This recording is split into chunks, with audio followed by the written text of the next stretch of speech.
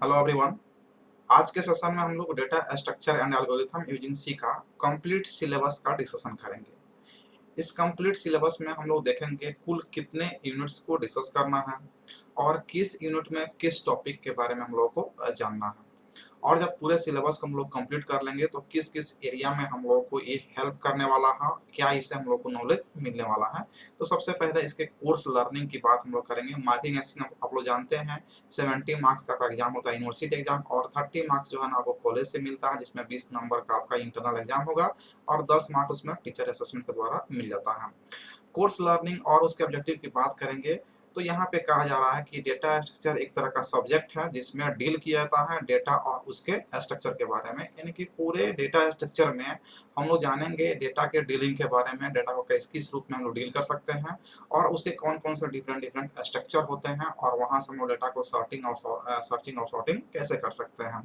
In system programming, application programming, the method and technique of data structure are widely use. कहा जा रहा है कि किसी भी सिस्टम प्रोग्रामिंग में हो या किसी एप्लीकेशन प्रोग्रामिंग में हो, डेटा स्ट्रक्चर के टेक्निक को जो है ना या इसके मेथड को जो है ना वाइडली यूज किया जाता है। This study of data structure helps the students.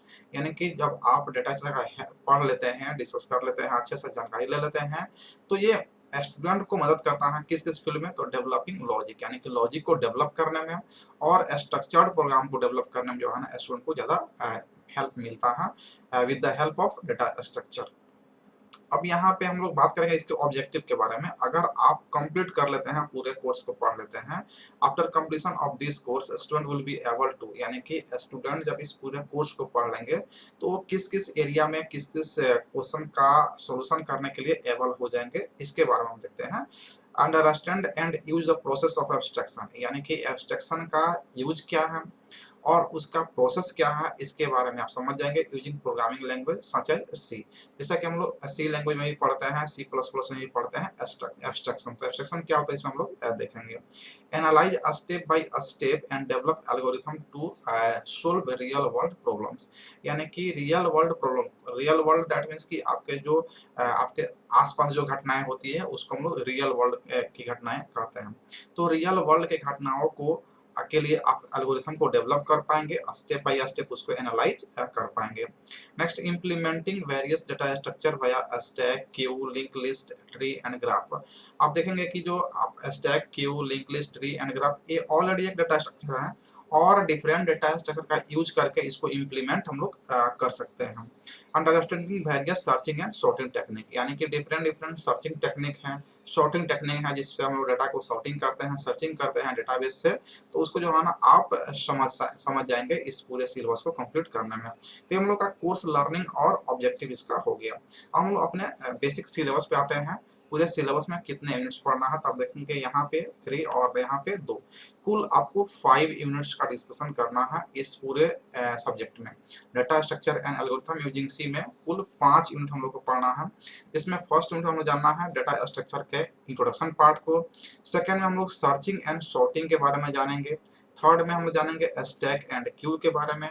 Fourth में आपको लिंक लिस्ट पढ़ना है और फिफ्थ में ट्री एंड ग्राफ पढ़ना है। तो ये कुल 5 यूनिट्स हम लोग को पढ़ना है।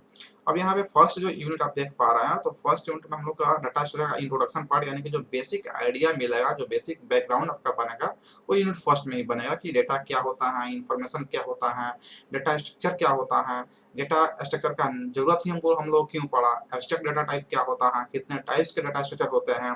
उसके बाद आपको यहाँ पे पढ़ना है कि डेटा स्ट्रक्चर पे कौन कौन से ऑपरेशंस को परफॉर्म किया जा सकता है, और फिर एल्गोरिथम का कम्प्लेक्सिटी हम लोग पढ़ेंगे, टाइम कम्प्लेक्सिटी और स्पेस कम्प्लेक्सिटी के रूप में। तो ये जो बेसिक कॉन्सेप्ट आपको डेवलप करना है फर्स्ट यूनिट में। सेकेंड यूनिट में आपको 2 ही टॉपिक पढ़ना है, सर्चिंग और सॉर्टिंग।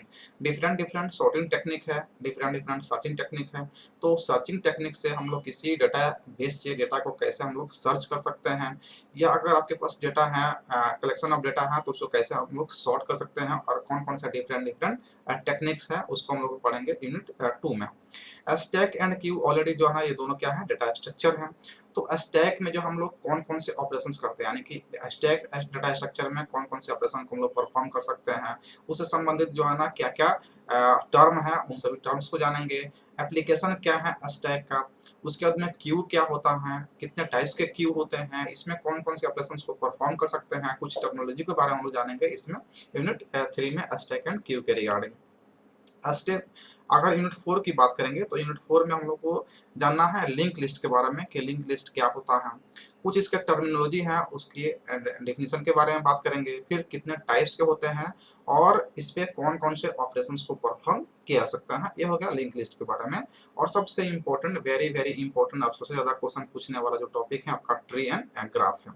यहाँ पे हम लोग ट्री के इंट्रोडक्शन के पार्ट को पढ़ेंगे, इसके कुछ टर्मिनोलॉजी के डिफाइन करेंगे और उसके बाद हम लोग पढ़ेंगे यहाँ पे बाइनरी ट्री, फिर बाइनरी सर्च ट्री, फिर एवियल ट्री, और इसमें जो है ना आपको कुछ ऑपरेशंस के बारे में बात करेंगे बाइनरी सर्च ट्री के बारे में, और यहाँ पे introduction to graph basic terminology यानी कि ग्राफ के बारे में हम लोग पढ़ेंगे, उसके कुछ बेसिक टर्मिनोलॉजी के बारे में पढ़ेंगे, और लास्ट में एडजेसेंसी लिस्ट और एडजेसेंसी मैट्रिक्स क्या होता है इसके बारे में जानेंगे। तो ये कंप्लीट सिलेबस में हम लोग को कुल 5 यूनिट पढ़ना है, जिसमें सबसे ज़्यादा क्वेश्चन पूछने वाला यूनिट जो है ना आपका यूनिट 5 है, और उसके बाद यूनिट 3 है। ये सबसे ज़्यादा क्वेश्चन इस यूनिट 5 और यूनिट 3 से आपको बनेगा।